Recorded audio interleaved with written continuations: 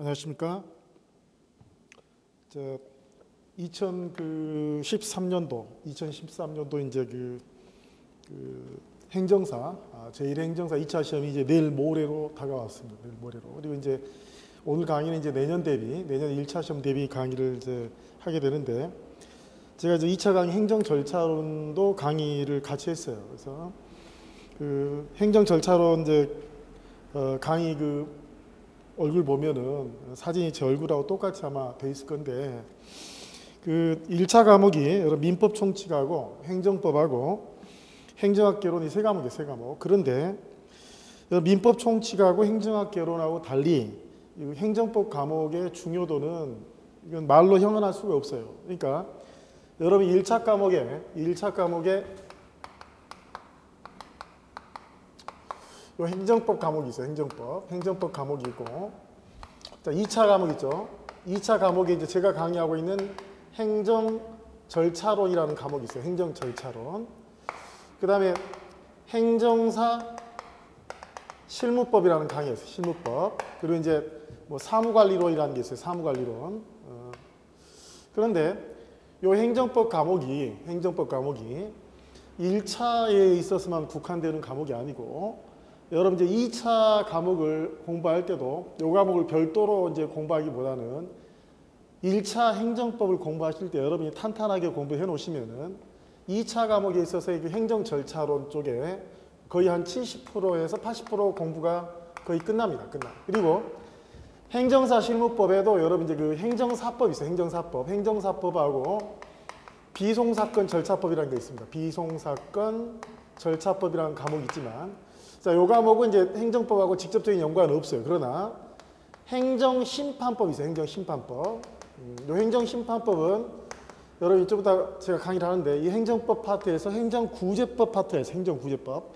그 행정구제법 쪽을 공부하게 되면 요 행정심판법 부분이 상당 부분 해결되게끔 돼 있어요. 그래서 여러분 다 제가 미리 말씀드릴 때, 지금 제가 1차 강의를 하지만 여러분이 행정법을 접할 때는 1차에서만 국한되는 게 아니라 2차하고 바로 직결되기 때문에 여러분들이 보다 심층적으로 좀 공부를 해야 되겠다라는 마음의 준비를 하는 게 필요합니다. 그리고 이제 요 사무관리론에서도 여러 민원사무 처리에 관한 법률이 있어요. 민원사무 처리에 관한 법률이 있고요.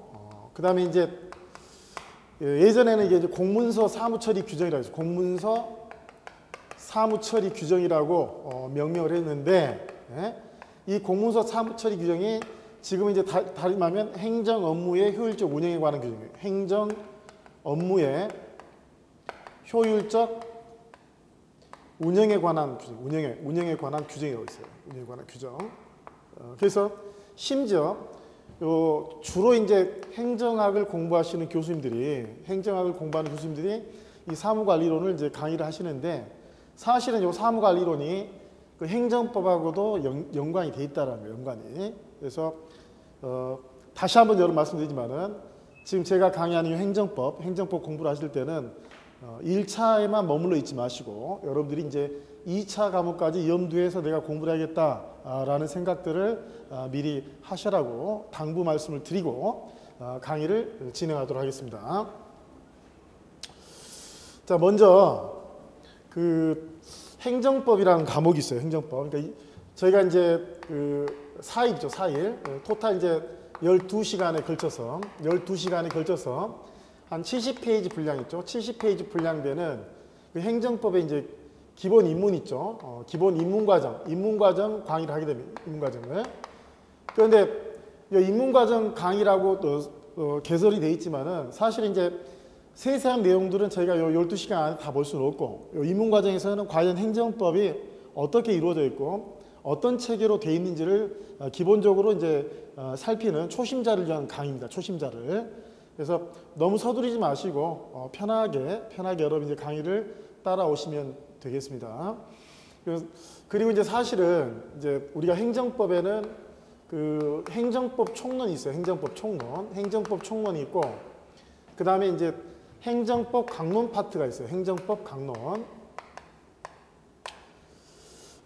행정법 총론하고 이렇게 행정법 강론으로 크게 나누어지는데, 우리가 일반적으로 우리가 행정법을 명명하기를 행정법은 행정에 있죠. 행정의 조직 있죠. 조직 그리고 작용 그리고 이제 구제. 이 구제에 관한 국내 공법 있죠. 국내 공법을 우리가 이제 행정법이라고 해요. 국내 공법. 그러니까 행정의 조직, 작용, 구제에 관한 국내 공법을 우리가 이제 행정법이라고 이야기하는데, 크게 보면 이제 조직 문제가 있고, 두 번째 이제 작용 문제, 그 다음에 그에 대한 이제 구제 문제가 있어요. 구제 문제가. 그리고 이제 국제법이 아니라 이제 국내법입니다. 국내법. 그리고 사법이 아니라 공법이에요. 공법. 그럼 이제 보통 일반적으로 서술되어 있는 이제 교과서가 이렇게 행정법 총론하고 이제 강론으로 나눠져 있는데, 행정법 총론에서 이제 주로 설명이 되어 있는 부분들이 뭐냐면 가장 대표적인 게 일반행정작용법이에요. 일반행정작용법. 그리고 개별행정작용법은 여러분 행정법 각칙에 이제 서술이 되어 있어요. 개별행정작용법이라고 해서 행정법 각칙에 서술되어 있는데, 똑같이 행정작용법이에요. 행정작용법. 근데 이제 요 행정작용에 있어서 공통되는 원칙만 따로 추출해내서 행정법 총론에 그 서술되어 있는 게 일반행정작용법이고, 여러분 이제 개별행정작용법과 일반행정작용법은 이제 별도가 아니라 그 행정작용법에 관한 기본 이론이 이제 전제가 되면서 개별행정작용법에 가면 여러분 알다시피 뭐 경찰행정도 있어요. 뭐 경찰행정, 급부행정, 뭐 토지행정, 여러 가지 있죠. 여러 가지 행정들로 이렇게 쪼개져서 이제 구체적으로 이렇게 보는 겁니다. 구체적으로. 그래서 각 영역마다 예를 들어 내가 경찰 쪽에 공부를 한다 그러면 당연히 이제 행정법 총론 부분을 기본적으로 공부하고, 요 행정법 강론 파트에서 해당되는 부분 있죠. 해당되는 부분을 또 공부를 하는 거예요. 이렇게 공부를. 또 예를 들면 내가 뭐 감정평가사를 공부를 한다 그러면 요 행정법 통론 있죠. 행정법 총론을 기본적으로 공부하고, 그 다음에 요 특히 개별행정작용법죠. 개별행정작용법에서 뭐 토지행정이라든지 그쪽 관련 쪽에 주로 중점적으로 공부를 하는 거예요. 공부를. 어쨌든 간에 여러분 요 행정법 총론 파트는 어느 직류를 불문하고 당연히 이제 모든 시험에 기본적으로 들어가는 파트가 바로 이제 행정법 총론에 해당되게 됩니다. 행정법 총론. 그런데 이제 행정사 시험 과목에는 여러분 이제 행정법 총론이 아니라 여러분 행정법이에요. 행정법. 그리고 이제 20문제가 오지선다로 출제가 됩니다. 오지선다로 출제가 되는데, 행정법 총론에서 여러분이 보통 평균적으로 한 15문제 정도가 출제된다고 생각하시면 돼요. 15문제 정도가. 그리고 이제 행정법 강론에서 한 5문제 정도가 출제된다라고 생각을 하시면 돼요. 그리고 아까 제가 이제 행정법을 이제 조직 파트가 있다라고 했는데, 이 조직과 관련해서는 기본적으로 행정법 강론에 행정조직이 나와요. 행정조직이 나오고, 그리고 행정법 통론에서는 여러분 이 조직과 관련된 기본 개념이 있어요. 조직과 관련된 기본 개념이 여러분 이제 행정주체라는 개념하고, 그 다음에 행정주체와 관련된 행정기관 있죠. 행정기관, 그 다음에 행정청 등등의 개념이 나와요. 그리고 이제 우리가 지방자치제를 이제 시행하다 보니까 이 행정주체와 관련해서는 이제 국가행정조직이 있고, 그 다음에 이렇게 이제 지방행정조직이 있어요. 지방행정조직이. 그래서 구체적으로는 행정법 강론 파트에서 조직법을 다루게 되지만, 행정법 총론 있죠. 총론 파트에서도 일부가 요 행정법 강론의 조직법과 관련된 기초 지식이 행정법 총론에도 약간 등장을 합니다. 그러니까 실질적으로 이제 이 조직에 관한 부분은 주로 이제 행정법 강론 쪽에서 논의가 된다라는 거 기억을 해주시고, 그 다음에 이 작용 파트는 행정법 총론에도 나오고 행정법 강론에도 나오는데, 행정법 총론에서 주로 다뤄지는 거는 일반행정작용법이고, 행정법 강론 파트에서 주로 다뤄지는 거는 이제 이렇게 개별행정작용법이 되겠습니다. 개별행정작용법이. 그리고 여러분 이제 일반행정작용법과 관련해서 행정작용에는 여러 가지 작용이 있어요. 여러 가지 작용이. 여러분 교과서 잠깐 펴보시면 어디를 잠깐 펴보시냐면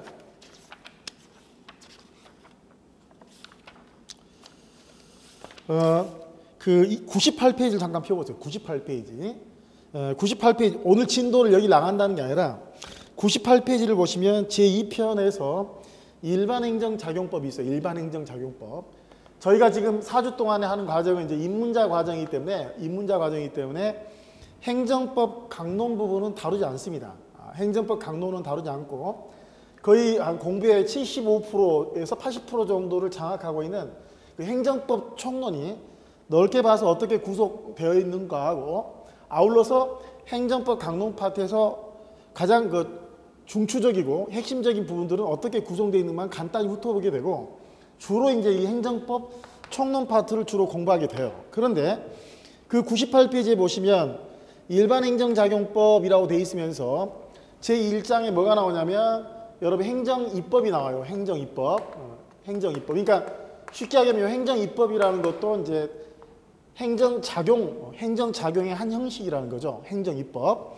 그리고 여러분 넘겨오시면 104페이지 104페이지에 보시면 행정작용 중에서 가장 대표적이고 중액적인 게 행정행위인데 이 행정행위라는 게 나와요. 행정행위.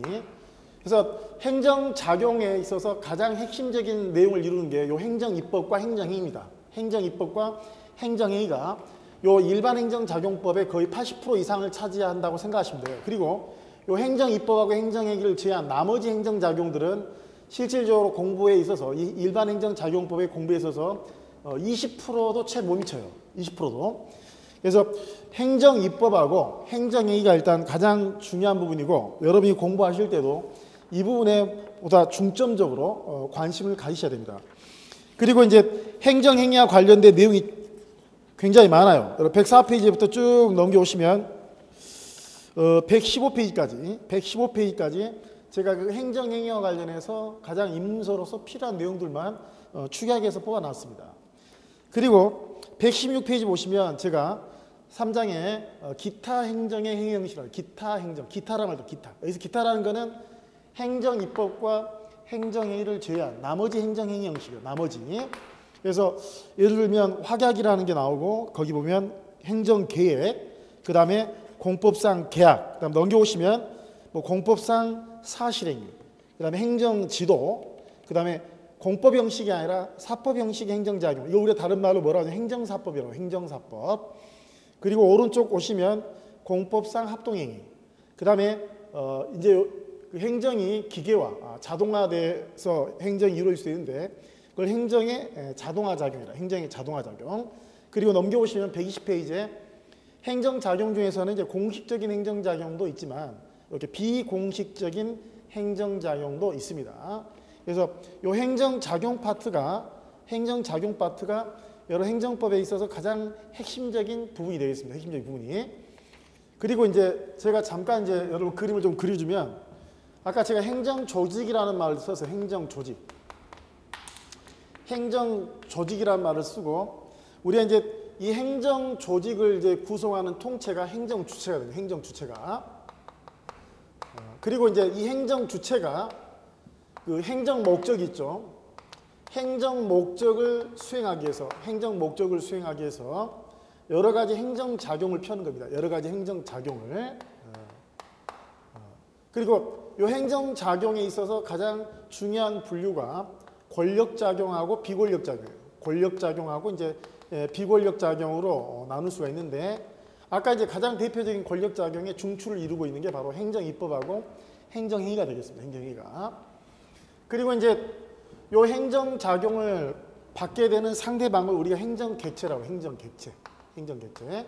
그래서 통상적으로는 가장 대표적인 행정객체가 이제 국민이죠. 국민이고 실질적으로 행정작용을 펴는 주체를 우리가 행정주체라 하고 이 행정주체와 관련해서 나중에 보겠지만 중요한 개념으로 행정기관, 행정청이라는 개념이 나와요. 행정청이라는 개념이.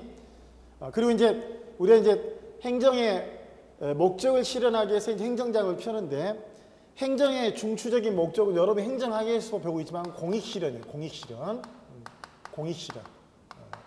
그래서 크게 이 행정주체, 그 다음에 행정객체, 행정작용. 그래서 주로 이제 이 주체를 구성하는 이 주체의 내부 문제가 행정조직법 문제고 이 조직체가 외부에 있는 국민들 상대로 해서 행정 피하는 걸 우리가 행정작용이라고. 그래서 조직법이 이게 행정조직 내부의 문제라면 행정작용법은 이거는 이제 외부에 미치는 작용을 의미하게 됩니다. 그래서 일단 기본적으로 중요한 부분이 이 행정작용이 있다는 걸 여러분 기억해 주시고, 그리고 이제 이 행정작용을 피함에 있어서는 반드시 따라야 될 게 이제 우리가 이제 법치주의를 지켜야 돼요. 법치주의. 이 법치주의가 행정법에 표현된 게 이제 법치행정이에요. 법치행정. 법치행정. 만약에 이 법치주의를 어기게 되면 이 행정작용은 위법한 행정작용이 되는 거예요. 위법한 행정작용이 되고, 반면에 이 법을 지키게 되면 이거는 이제 적법한 행정작용이 되는 거예요. 적법한 행정작용. 이 적법한 행정작용에 대해서도 별도로 이제 여러분 손실보상이라는 구제제도가 있어요. 손실보상이라는 구제제도가 있고, 이 위법한 행정작용에 대해서는 여러분 첫 번째가 우리가 생각할 수 있는 게 이제 행정쟁송을 생각할 수 있어요. 행정쟁송. 두 번째로 국가배상이라는 걸 생각할 수 있어요. 국가배상. 이 국가배상은 다른 말로 손해배상이라고 합니다. 손해배상. 그리고 이 행정쟁송 안에는 두 가지 제도가 있어요. 행정심판제도하고 행정소송제도가 있어요.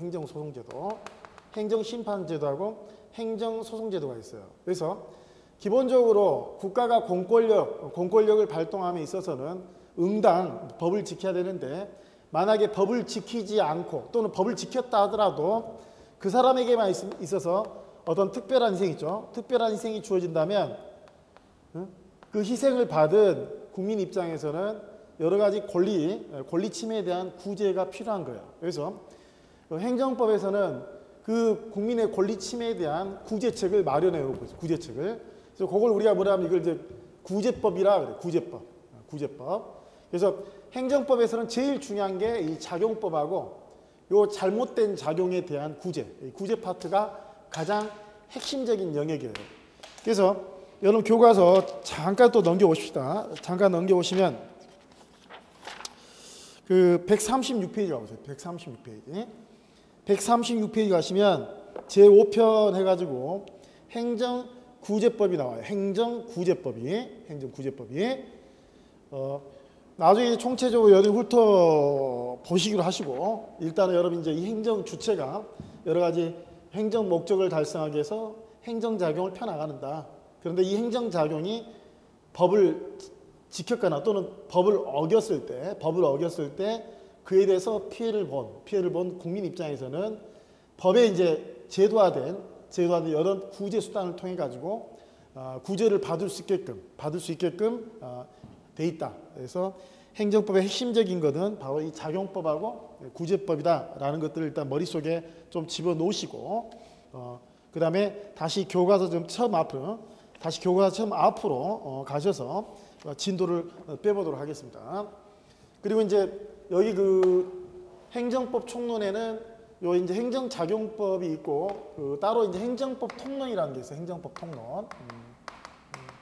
행정법 통론이라고 해서 따로 이 행정법 전체에 대한 그 개관하고 핵심적인 내용하고, 그 다음에 행정법이 이게 이제 공법인데, 우리가 이제 공법을 알려면 여러분 또 사법이라는 걸 이해를 해야 되거든요. 사법. 그래서 공사법과의 관계라든지 또 공법과 사법과의 이 구별에 따라서 어떤 문제가 발생되는지에 대해서 기본적으로 공통적으로 필요한 것들을 따로 추천을 해서 뽑아낸 걸 우리가 이제 행정법 통론이라고 해요. 그래서 보통 교과서는 제일 처음에 행정법 통론부터 시작이 됩니다.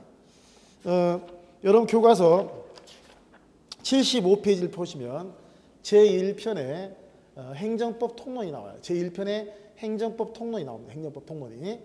그리고 그 이전에는 제가 인위적으로 70페이지부터 그 74페이지까지, 70페이지부터 74페이지까지, 그게 이제 실질적으로 만약에 이제 이게 법을 어겨서 문제가 됐을 때 어떤 절차를 통해 가지고 국민의 권리 구제가 이루어지는지, 그와 관련된 핵심적인 그 흐름 있죠. 그 행정소송 흐름도를 편의상 교과서 앞에다가 빼놨어. 그래서 이 부분은 바로 서두에 70페이지부터 여러분 74페이지까지는 오늘 강의를 빼는 게 아니라 본 내용으로 들어가서 강의를 하다가 연관이 있게 되면 제가 여러분 전체적인 흐름을 잡을 수 있도록 다시 되돌이로 돌아와서 그 부분을 지적하고 설명하는 식으로 강의를 진행하게 될 겁니다. 여러분 우선 이제 75페이지를 펴주시기 바랍니다. 75페이지. 75페이지에 이제 행정법 통론 파트가 나와요. 행정법 통론. 이 행정법 통론 파트가 요거만 따로 떼어내서 여러분이 공부해서 뭔가 도움을 된다기보다는 다른 뒤에 행정작용이나 행정구제 파트를 이야기한 하나의 기초 지식도 되고요. 오히려 뒤에 행정작용이나 행정구제법을 여러분이 공부하게 되면 오히려 이쪽 부분에 대해서 이해가 더 잘 될 수도 있습니다. 먼저 이제 우리가 행정법이라고 있어. 아까 행정법이라고 되어 있는데 그 행정법이라는 건 행정을 규율하는 법이에요. 행정을 규율하는 법. 그러니까 행정하고 행정법은 달라요. 행정하고 행정법은 다른데 행정법이라는 거는 이제 규범 항목으로서 행정이라는 건 요거 사실이에요. 사실이라는 요 행정을 규율하고 있는 법인 이 규범법이 이제 행정법인데 그러려면 먼저 여러분들이 알아야 될 게 행정이 무엇인지를 먼저 알아야 돼요. 행정이 무엇인지를. 행정법은 행정을 규율하고 있는 법이니까 여러분들 우선적으로 행정이 무엇인지를 알아야 되는데 통상 이제 행정과 비교되는 개념들이 우리가 이제 입법이라고 해요. 입법이라는 개념하고 그 다음에 사법이라는 개념이 나와요. 보통 이제 입법, 행정, 사법이라고 나눠지는데 여러분은 이제 이미 태어나는 순간부터 권력이 이제 분립되어 있는 시대에 살고 있어요. 여러분 알다시피 여의도에는 여러분 국회의사당이 있어요. 국회의사당이. 여러분 광화문 뒤쪽에 가면 청와대가 있어요. 청와대가. 그 다음에 여러분 이제 이 서초동에는 법원이 있어요. 법원이. 그러니까 각기 독립된 기관이 나눠져 있다는 것을 직관적으로 여러분 느낄 수 있어요. 그러니까 우리가 지금 이 시대에 태어나고 있지만은 우리는 이미 권력이 분립되어 있는 시대에 살아가고 있죠. 그런데 애초 당시부터 이렇게 권력이 분립되어 있지 않아요. 이거 역사적인 그 흐름하고 맥을 같이 하게 되는데 사실은 여러분 이제 16세기에서 18세기, 16세기에서 18세기는 여러분 이제 이 절대 왕정 시대, 절대 왕정 시대. 물론 이제 요 절대 왕정 시대 그 이전으로 가게 되면 여러분 이제 뭐 르네상스도 나와요. 르네상스도 나오게 되고 뭐 그다음에 중세 시대도 쭉 나오게 되지만은 뭐 중세나 르네상스 시대는 우리 행정법 측면에서 보면 이제 크게 연관이 돼 있지 않으니까 그거 이제 빼버리고 16세기하고 이제 18세기를 이제 요걸 이제 절대 왕정 시대라고 왕정 시대라고 요때 이제 주권 개념이 등장합니다. 요때 주권 개념이 등장하는데 요때는 이제 국민주권 시대가 아니라 군주주권 시대예요. 군주주권. 여러분 장보댕이라고 여러분 다 아시다시피 장보댕의 군주주권론이라는 게 나와요. 군주주권론. 그리고 요때는 이제 모든 주권이 왕한테 있고 모든 권력 있죠. 모든 권력이 왕한테 이제 집중되어 있는 거예요. 왕한테. 그러니까 굳이 오늘날 같이 입법부나 뭐 행정부나 사법부가 별개의 기관에 나누어져 있지 않고요. 모든 권한이 다 왕한테 있었던 거죠. 예를 들면 우리나라에서도 최근 근자에 여러분 조선시대 있죠, 여러분. 조선시대 때도 여러분 이제 굳이 이야기하면 절대 왕정 시대죠, 절대 왕정 시대인데 요때 우리 조선시대 가보면 여러분 뭐 의금부도 나오고 사원부도 나와요, 사원부도 나온다. 그 다음에 뭐 경국대전 이야기도 나온다면 조선시대 때도 여러분 성문법이 있다고 성문법이. 근데 오늘날 같으면 이 입법은 국회에서 이제 입법을 했겠지만 이 당시에는 입법도 누가 하냐? 다 왕이 하는 거예요. 왕이. 재판 업무도 전부 누가 하느냐? 왕이 하는 거예요. 그러면 의금부나 뭐 사원부와 같은 사법부도 절대 권력을 갖고 있는 왕의 예속하에 들어있는 것이지 왕으로부터 독립된 기관은 아닌 거예요. 독립된 기관은. 그런데 세계사적으로 봤을 때 여러분 중대한 사건이 터지는데 1789년도에 여러분 프랑스 대혁명이 터져요. 프랑스 대혁명이. 그러니까 지금 세계사적으로 가장 중요한 사건들을 일단 뽑아보면 이 프랑스 대혁명하고 여러분 1840년대쯤에 일어난 산업혁명, 영국에서 일어난 산업혁명 있죠? 산업혁명하고 그 다음에 여러분 최근자에 여러분 20세기에 일어난 정보혁명, 정보혁명. 우리가 이제 정보혁명이 일어난 시대에 살고 있음에도 불구하고 역사적 의식이 없다면 잘 몰라요. 잘 몰라. 그런데 시대사적으로 봤을 때 이제 이 프랑스 대혁명하고 산업혁명이 이제 중대한 사건이 발생하는데 행정법에 있어서도 이 프랑스 대혁명하고 산업혁명은 중요한 의미를 가져요. 첫 번째, 이 프랑스 대혁명에 의해서 오늘날 우리가 이야기하는 민주주의 있죠. 민주주의가 탄생을 합니다. 민주주의가. 그리고 이제 권력 분립 있죠. 이 민주주의의 토대가 된 게 이제 권력 분립인데 권력 분립 사상에 의거해서 이 민주주의가 탄생을 하게 되고 그에 따라서 이제 이 권력 분립에 의해서 우리가 지금 행정법에서 공부하게 되는 행정이라는 개념도 탄생하게 돼요. 탄생. 그러니까 행정이라는 개념 자체가 그리 오래된 개념이 아니에요. 프랑스 대혁명 이후에 비로소 등장한 개념이 바로 이제 행정이라는 개념이에요. 행정이라는 개념. 그럼 이제 예전에는 별도로 입법부가 아니라 왕 예속하에 왕한테는 입법 권능도 있고 뭐 행정 권능도 있고 사법 권능도 있고 심지어 어떤 정치적인 권능까지 모든 권한을 왕이 다 가지고 있는데 이 프랑스 대혁명 당시에 이제 프랑스 혁명이 일어나기 이전에 그 이전의 시대를 우리가 뭐냐면 이게 이제 앙샹 러즘이라고 해요. 여러분 하면 영어로 하면 에인션트 있죠. 에인션트 러즘이라고 하는데 이걸 구체제라고 해요. 구체제. 그러니까 요 당대에 이제 절대 왕정이 이제 부패를. 다수의 이제 일반 시민들은 절대 이 군주에게 세금을 다 내고 하는데 실질적으로 이제 이 왕을 필두로 한 소수의 귀족계층이 실질적으로 이 정치를 올바르게 펴지 못해 가지고 수많은 그 다수의 그 양민들은 이제 굉장히 어려운 생활을 하게 됩니다. 그래서 이 문제점을 직시하고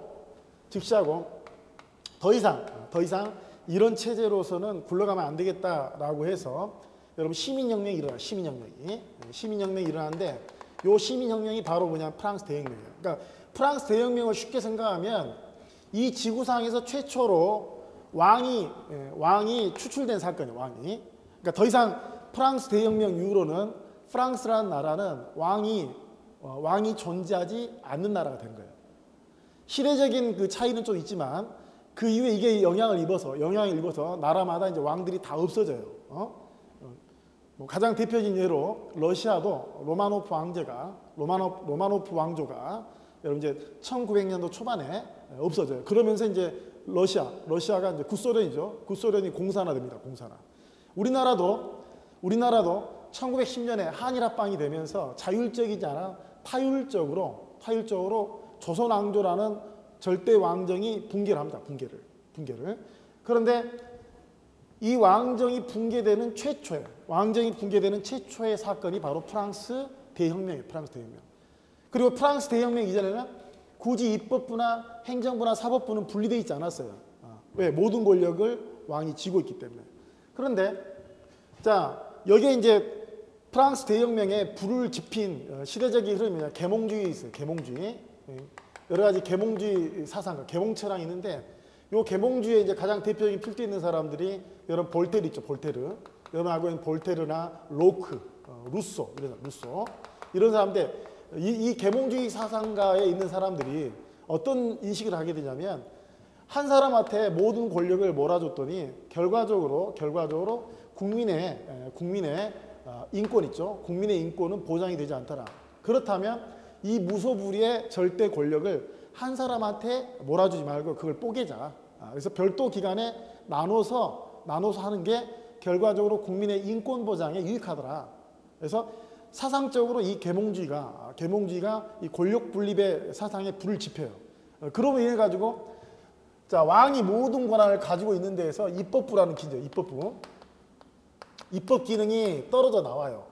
그러니까 더 이상 이제 왕이 통치하는 게 아니라 시민 있죠. 이 시민 계급이 시민의 대표를 뽑아요. 선거를 통해서 뽑는데 그게 이제 뭐냐면 의회. 최초로 이제 본래적 의미의 의회가 등장하는 거죠. 의회가 등장하고 요 국민들 시민 계급의 대표 기관인 의회가 제정한 것을 우리가 이제 뭐라 하냐면 법률이야. 법률. 그리고 이 법률에 의해서 모든 국가작용, 예를 들면 행정작용도 이 법률에 의해서 이루어져야 된다는 걸 우리가 뭐라고 하냐면 그걸 법치주의라, 법치주의. 그래서 행정법의 근간에 있어서 중요한 원리 중에 하나가 첫 번째가 권력분립. 권력분립에 의해서 입법과 사법이 구별되는 행정이라는 개념이 떨어져 나오는 거고, 그 다음에 이제 행정법 전체를 아우르는 개념이 이제 이 법치주의 개념, 법치주의. 나중에 보면 알겠지만 이 법치주의는 이제 독일에서 법치주의 개념이 이제 완성이 돼요. 완성이 되고, 나중에 이제 영미법에서 이야기하는 법의 지배 사상하고 법치주의는 동일한 개념이 아니에요. 그래서 이 법의 지배라는 말하고 법치주의라는 말을 여러분 구별하셔야 되겠지만, 일단 이 권력 분립이라는 말하고 이 법치주의라는 말은 굉장히 중요하다. 그리고 오히려 행정법에서는 이 법치주의가 행정법 전체를 관통하고 있어요. 나중에 해당 부분을 이야기를 하게 되고, 그럼 이제 요 입법 기능이 이제 나오게 되고, 그 다음에 이제 여러분 그 사법 기능도 이제 떨어져 나가는데, 사법 기능도 이게 이제 행정법이 세계 최초로 탄생한 나라가 여러분 프랑스, 독일이 아니라 세계 최초의 행정법이 탄생된 나라가 이제 프랑스인데, 나중에 통치행위도 마찬가지예요. 통치행위도 제일 먼저 인정된 나라가 이제 프랑스예요, 프랑스. 그리고 행정이라는 학문 자체가 최초로 형성되기 시작한 나라도 프랑스예요. 그래서 보통 행정학이라든지 행정법을 공부하시는 분들은 프랑스로 유학을 많이 갑니다. 다만 우리나라의 특수한 상황 때문에 우리나라 교수님들은 한때 이제 독일로 많이 유학을 가고, 이 행정법이 이제 일본을 통해서 이게 개수가 되다 보니까 아무래도 일본이 이제 독일법 계통에 영향을 많이 받다 보니까 우리나라 행정법의 초창기에 이제 독일법적 요소가 많이 들어와 있지만, 사실은 행정법의 근원지는 프랑스입니다. 프랑스. 그래서 프랑스는 이제 이때 뭐가 있었냐면, 여러분 이제 그 법원이 있는데, 법원에 그 사법법원이 있죠. 우리가 입법부, 행정부, 사법부 할 때 사법법원이라는 게 있어요. 사법법원이라는 게 있는데, 요 사법법원과 별도로 이제 또 내려진 게 행정법원이라는 게 있어요. 행정법원.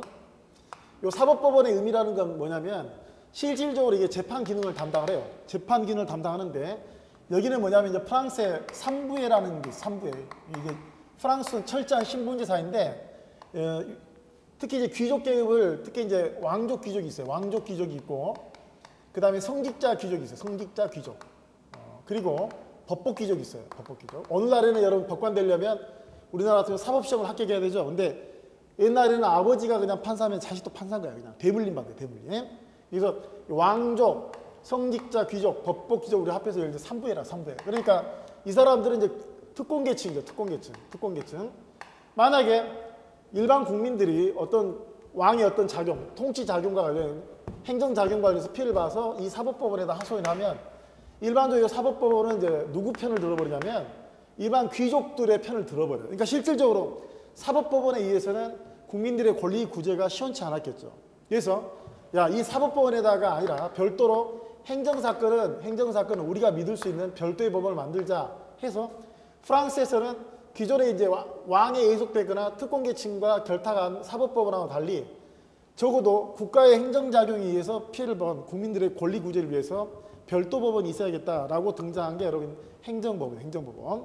그래서 이 행정법원을 우리가 오늘날 뭐라면 이걸 이제 국참사원이라고 해요. 프랑스의 꽁세유 됐다라 해서 국참사원이라고 돼 있는데, 이 사법법원에서는 일반적으로 이제 개인 대 개인 있죠.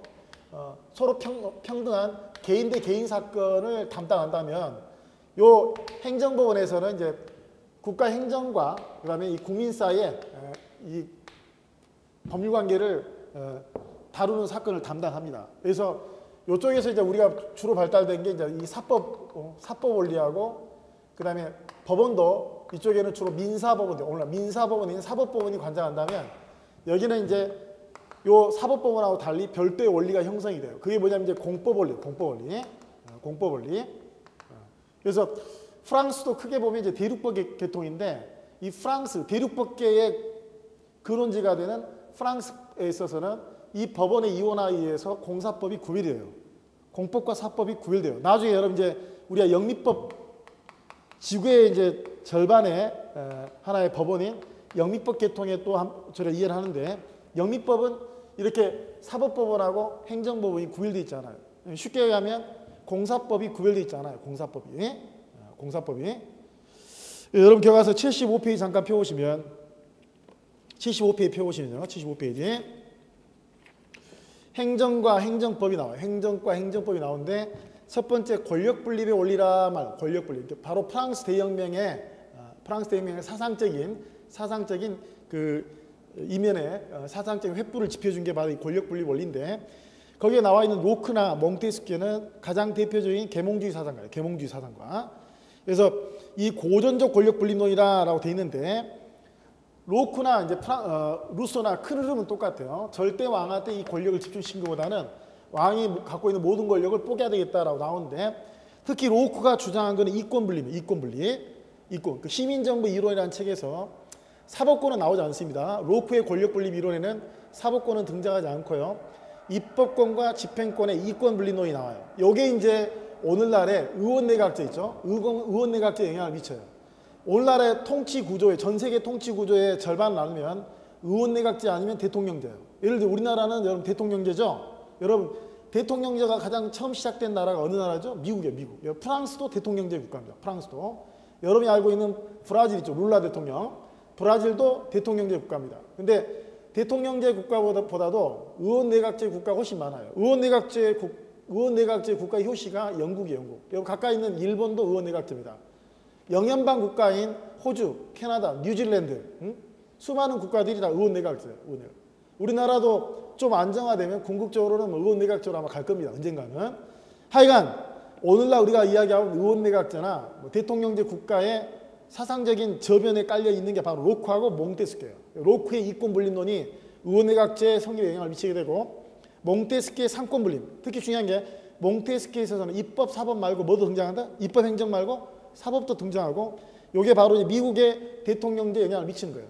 다만 이제 의원내각제나 대통령제가 각 나라마다 좀 달라요. 미국이 이제 가장 전형적인 대통령제 형태지만 우리나라에서는 한국형 대통령제 국가라 해서 미국의 대통령제하고 똑같지는 않지만 큰 뿌리는 대충 일치한다는 거예요. 그래서 전 세계 통치 구조에는 크게 나누면 의원내각제하고 대통령제로 나눠볼 수 있는데 그에 대한 원 뿌리가 바로 여러분 이제 이 권력분립이죠. 권력분립에 근원하고 있다는 거죠. 그리고 이 고전적 권력분립론은 이제 위기를 맞게 됩니다. 위기를. 그 위기를 맞게 하는 가장 큰 이유가 산업혁명이에요. 산업혁명. 그 다음에 아까 제가 요 권력분립에서 가장 시초가 되는 건 의회. 그러니까 왕이 갖고 있는 권한 중에서 이 법이죠. 법을 제정하는 권한, 규범을 만드는 권한은 왕이 아니라 별도의 의회로 떼져 나오고 의회란 말을 그냥 피상적 의회라도 이해하면 안 되고 의회는 바로 여러분이 손으로 뽑는 일반 국민들의 대표입니다. 대표.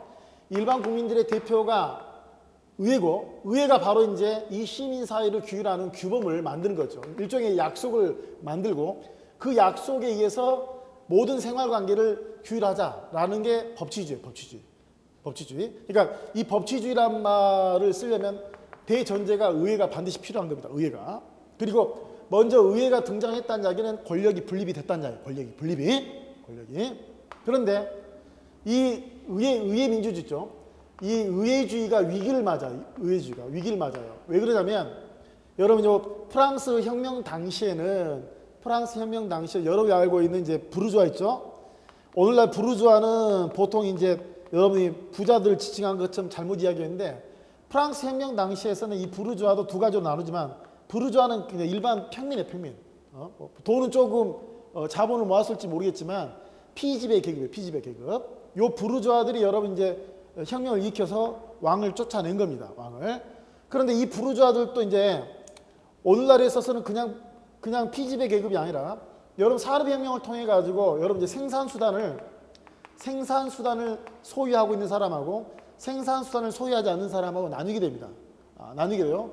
그래서 이 계급 간에 대립이 생기고 계급 간의 대립이 또 생기는데 여러분 사용자가 있고 이제 이에 대한 피용자가 있다면 특히 사용자와 관련해서 피용자들의 어떤 그 지위를 대변하기 위한 어떤 조직들이 필요해요. 그래서 뭐가 등장하면 노조가 등장하고 또 노동자 계급을 대변하는 정당이 출현해요. 정당이.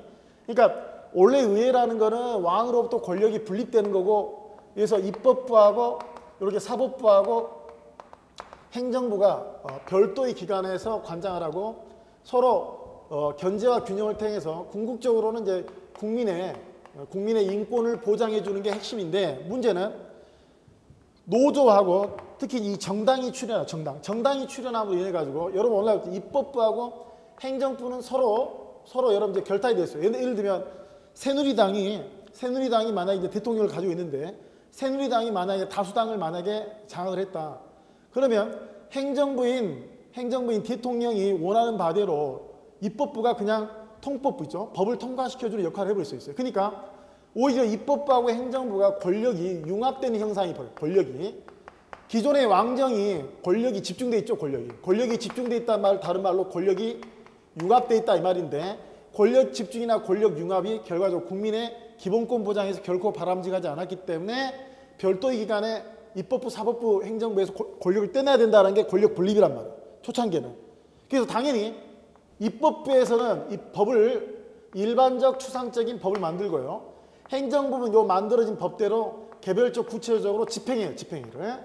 이 사법부는 요 입법부의 입법 작용과 행정부의 집행 작용이 과연 법을 지켰는지 안 지켰는지를 판단하는 거예요. 그래서 입법부가 법을 제정하는 규범을 제정하는 기관이고 행정부가 만들어진 법을 집행하는 기관이라면 사법부는 요걸 판단하는 기관. 그래서 각기 별개의 기관이 나눠지는데 요 사법부죠. 특히 사법부는 이제 상관없지만 이 정당에 의해서 입법부하고 행정부가 서로 이제 융합이 되는 형상이에요. 그러니까 오히려 역행을 하죠. 권력이 집중돼 있어서 국민의 기본권을 보장하기 위해서 이게 권력 분립이 됐는데 오히려 정당이 출연하면서 입법부하고 행정부가 한 통성이 돼버린다. 한 통성이. 따라서 고전적 권력 분립론에는 위기가 생겨요. 위기가. 그래서 이 고전적 권력 분립론의 가장 위기의 큰 특징이 동그라미 3번이에요. 동그라미 3번이면 정당 정치, 정당 정치의 발달로 인해서 오히려 권력이 통합이 돼요. 그리고 이 당시에는 오로지 절대 왕정이 왕으로부터의 간섭으로부터만 국민을 자유롭게 하면 된다. 근데 지금은 왕으로부터의 힘이 아니라 가진 자하고 못 가진 자가 있는데, 이 가진 자 있죠. 가진 자로부터 여러분 이 피용자를 보호해줄 필요성인 거예요. 이 피용자들은 여러분 최저 생계비도 못 받고 생계 자체도 위협받고 살아갈 수 있단 말이에요. 그러니까 요때는 초창기에는 소국 국가. 가급적이면 왕이 더 이상은 국민들의 생활관계에 개입을 못하게끔 하는 쪽에 포커스가 맞아 있다면 시대가 바뀐 거예요. 산업혁명을 통해 가지고 오히려 이 피지배 계층이 있다 보니까 이들을 보호하기 위한 여러분 적극국가 있죠? 급부국가. 다른 말로 하면 복지국가 있죠? 복지국가의 필요성이 커지는 거예요. 그리고 전쟁도 예전에도 지구 역사가 전부 다 전쟁의 역사라고 하지만은 전쟁의 위험은 예전보다도 훨씬 더 가중이 되는 거죠. 오늘날도 여러분 북한하고 관계에서도 늘상 북한이 쳐들어온다 안 쳐들어온다 이런 얘기 하죠. 그러니까 비상사태라는 게 항상 존재하는데 오늘날에 있어서는 이 비상사태가 상시화돼요. 상시화. 그래서 입법부가 이게 법을 만들고 그러면 법 만들어준 대로 집행하기를 기다릴 만한 시간적 여유가 없어요. 그래서 동그라미 1번 보면 비상사태가 만성화되고 3번에 보면 정당에 출연해서 권력이 통합이 되고, 그 다음에 5번에 보시면 사회국가 이념이에요. 여러분 사회국가 이념이라는 것은 이게 복지국가입니다. 복지국가를 펼치려고 하면 할 수 없어요. 기존에는 행정부의 힘을 뺐죠. 행정부의 힘을 뺐는데 다시 행정부에다 힘을 실어줘야 돼요. 그리고 6번의 형광법, 행정입법. 제가 아까 행정작용 중에는 행정입법이 있는데 원래 행정입법은 안 됩니다. 왜냐하면 원래 입법부하고 행정부하고 사법부하고 나눴으면 입법은 여러분 의회가 하는 거고 국회가, 집행은 행정부가 하는 거고 법을 판단하는 작용은 사법부가 하는 거죠. 그러니까 의회 입법이 원칙이에요. 의회 입법이 원칙인데 지금 행정입법이란 말이 등장한단 말이에요. 여러분 행정입법이라는 거는 의회가 법을 만든 게 아니라 행정부가 법을 만든다. 행정부가. 그래서 고전적 권력 분립론 당시에는 행정입법이란 말이 나오면 안 돼요. 그런데 이 고전적 권력 분립론이 위기를 맞으면서 집행부의 권능이 확대됩니다. 집행부의 권능이 확대되다 보니까 국회가 의회가 모든 법을 만들 수가 없어요. 그 비상사태에 즉각적으로 대처를 하려면 행정부가 법을 만들 수밖에 없는 경우도 있다면, 그래서 거꾸로 행정입법이 등장해요. 행정입법이. 그래서 6번의 행정입법도 있죠. 행정입법. 자, 이 고전적 권력분립론이 위기를 통해서 이제 변모를 해요. 변모. 그러니까 고전적 권력분립론이 지향하고 있는 어떤 사상적 큰 흐름이 없어졌다는 이야기나, 고전적 권력분립론이라는 사상적 기전은 국민의 기본권 보장이에요. 국민의 기본권을 보장하려면 국가 권력은 최소한 어때요? 최소화시켜요. 최소화. 그러기 위해서는 권력을 분립시켜야 되는데, 이러한 국민의 기본권 보장의 이념 사상은 바뀐 게 없어요. 현대에 있어도. 다만 시대적 이 환경적 요소가 바뀌었기 때문에 고전적 권력분립론도 이제 변모를 하는 거예요. 고전적 권력분립론이 주로 입법하고 사법행정에서 주로 수평적인 거죠. 수평적으로 서로 대등한 기관끼리 권력만 나누면 저절로 국민의 기본권이 보장된다라고 한 생각만 하고 있다면, 자, 이 수평적 권력분립만 아니라 현대적 권력분립론에서는 수직적 권력분립도 중요하다. 그러니까 중앙정부하고 지방정부도 중요하고, 입법부, 사법부, 행정부 말고 여러분 이제 시민단체 있죠? 압력단체도 중요하게끔 되는 거고요. 그리고 권력에 있어서 여러분 그 기관 왜 있죠? 사법부가 행정부를 통제하고, 입법부가 행정부를 통제하고, 행정부가 또 사법부를 통제하고, 이런 기관 간 통제뿐만 아니라, 여러분 예를 들어서 대통령 있잖아요. 대통령이 있고 여러분 국무회의가 있다. 국무회의가. 대통령이 권한을 행사하려면 국무회의 심의를 거쳐야 된다든지, 관계장관의 부서가 필요한다든지 등등 똑같은 행정부 안에서의 기관 내 있죠. 기관 내 통제도 중요하다는 거예요. 그래서 고전적 권력분립론이 주로 로크하고 몽테스키에에 바뀌었다면, 현대적 권력분립론은 써세요. 여러분 레벤슈타인. 칼 레벤슈타인인데 레벤슈타인. 그래서 이 레벤슈타인의 권력분립론을 우리가 기능적 권력분립론이에요. 기능적 권력분립론. 그래서 수평적 권력분립이 고전적 권력분립이라면 거기 보시면 동그라미 1번 기능 동그라미 기능. 그래서 여기는 입법부, 사법부, 행정부가 중요한 게 아니라 정책 결정, 정책 집행, 그 다음에 정책 통제, 특히 통제라는 말 또 통제. 특히 이 통제라는 게 중요합니다. 그래서 기능적 권력분립론 하게 됐고, 이번에 수평적 통제 아니라 보다 수직적, 중앙정부하고 지방정부의 통제도 중요하고, 그 다음에 4번에 이제 기관 내 통제 주죠. 기관 내. 3번의 기관 상호간 통제는 그거는 고전적 권력분립도 똑같고, 특히 4번의 기관 내 통제가 중요하다. 그 다음에 그 8번 보시면 여러분 복수정당제 있죠. 복수정당제. 그래서 누가 또 출연해요? 정당이 출연해요. 정당이. 그러니까 입법부, 사법부 간의 권력 분립뿐만 아니라 정당 안에 있어요. 정당 내 또는 정당 간, 여당과 야당 간의 권력 분립도 중요하게 된 거예요. 나머지는 여러분이 쭉 읽어오시면 되겠습니다. 그래서 이 권력 분립에 의해서 행정법이 아니라 무슨 말이 탄생하게 됐다? 행정이란 말이 탄생되게 됐다. 그런데 그런 고전적 권력 분립론도 오늘날에 있어서는 뭐 그대로 똑같이 유지가 되는 게 아니라 그 권력 분립론이 좀 수정이 되고 있다. 다만 권력 분립론에 기재해 있는 국민의 기본권 보장이죠. 국민의 기본권 보장 사상은 고전적 권력 분립론이나 현대적 권력 분립론이나 차이가 없습니다. 자, 한 10분 정도 쉬시고 두 번째 강의를 진행하도록 하겠습니다.